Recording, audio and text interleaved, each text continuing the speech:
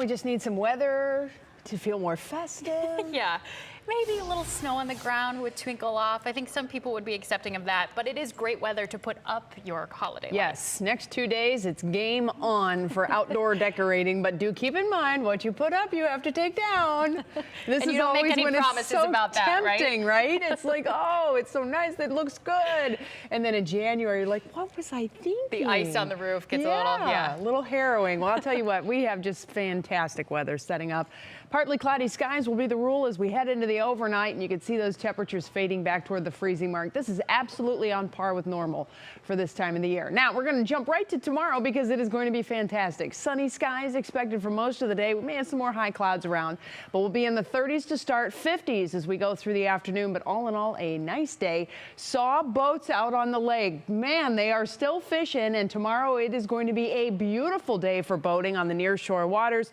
Those winds generally light and waves becoming we're generally at 2 feet or less. Here's the big picture. We do have a little bit of cloud cover that's off to the north, and we may have some of that passing by as we start the day tomorrow, but I really think we're going to go mostly sunny, just some random scattered showers in the northern tier of the U.S. Then we go out to the west coast. This is our next storm system. This is the one that we are waiting on to really make a difference. First, we're going to have a big push of a plume of moisture coming out of the Pacific, and what will happen is as that comes over the Rocky Mountains, we will have a storm that forms. That storm will become a huge stirring mechanism in the atmosphere. You can already see this trail right here, this kind of loop-de-loop going on in the northern Pacific. That is the dislodging that's starting to take place. It's a sign of major change, and the problem is when we get this going on, we get locked into the pattern. So we're going to start with today on the mean wind flow because this is basically the way things are going to go as far as the atmospheric pattern, and I think you will definitely see the change that's coming in the next 5 to 7 days. This is known as zonal flow, west to east. The wind goes from west to east, the weather goes from west to east, right? The weather follows along with this wind.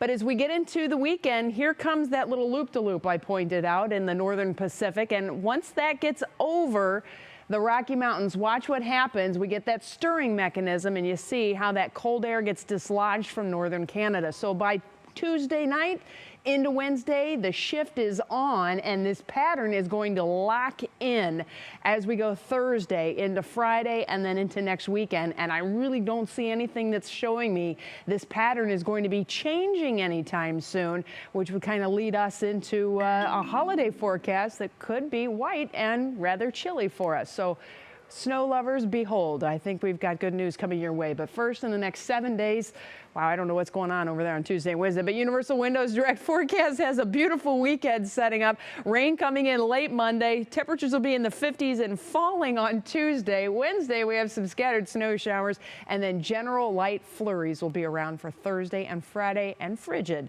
next week. We'll be right back.